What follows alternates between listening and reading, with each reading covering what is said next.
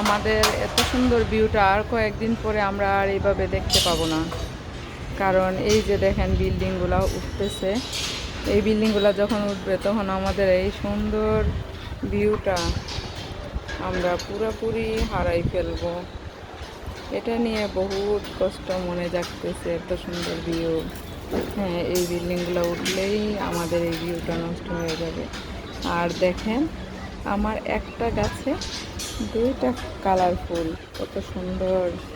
এই যে দেখেন একটা ফুল একই গাছের মধ্যেই, দেখেন আর একটা ফুল, বুঝছেন?